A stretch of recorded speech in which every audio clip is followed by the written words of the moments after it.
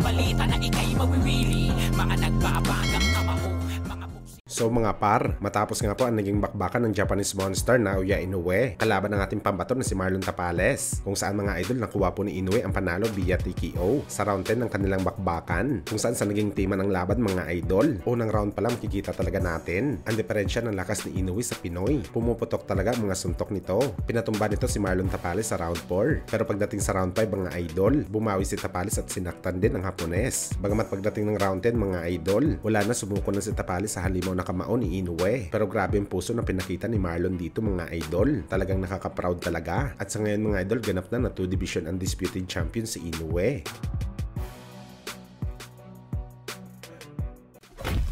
Samantala matapos nga po ang naging undisputed fight ni Inoue at Tapales, inaasahan po natin mga idol na ang susunod na sasabak sa ibabaw ng boxing ring ang mga pambato natin na si Jonrel Casimero at Carl Hamis Martin na parehong nasa top contender ng mga titulo. Sa WBO pang-4 na pwesto si Cuadro Alas at pang-5 spot naman mga idol si Wonderboy. At inaasahan natin mga idol na posibleng isa sa kanila ang sasabak sa isang title eliminator fight, o baka kung swertihin mga idol, dalawa pas lang sasabak dito. Dalawang title eliminator kasi ang WBO. Bali ang mananalo sa dalawa, posible maglaban para sa final eliminator fight na ang mananalo mga idol sa laban maging ganap na mandatory challenger sa WBO world title. Subalit kung mangyari talaga ito mga idol, hindi magiging madali ang pagdadaanan ni Casimero at Wonderboy dahil malamang makakalaban nila si Sam Goodman na siya ang number 1 contender sa titulo, na alam naman natin mga idol, isa din si Goodman sa mga solid na fighter at isa pa itong undefeated sa bakbakan. Bagamat gayon pa man mga idol, malaki naman ang tiwala natin sa kakayahan ni Cuadro Alas at Wonderboy na kaya nila silatin si Goodman sa bakbakan. At sa mga nagtatanong mga idol kung posible ba daw maglaban si Cuadro Alas at Martin, posible talaga mga idol. Malaki talaga ang tsansa na maglaban sila, pero sa first quarter ng 2024 malabo pa siguro mangyari dahil may sarili silang mga plano. Si Casimero mga idol mapapalaban na sa February o di kaya sa March. Si Wonderboy naman mag-uumpisa pa lang gumawa ng pangalan sa US under sa pangangalaga ng MP Promotion, at malamang mga idol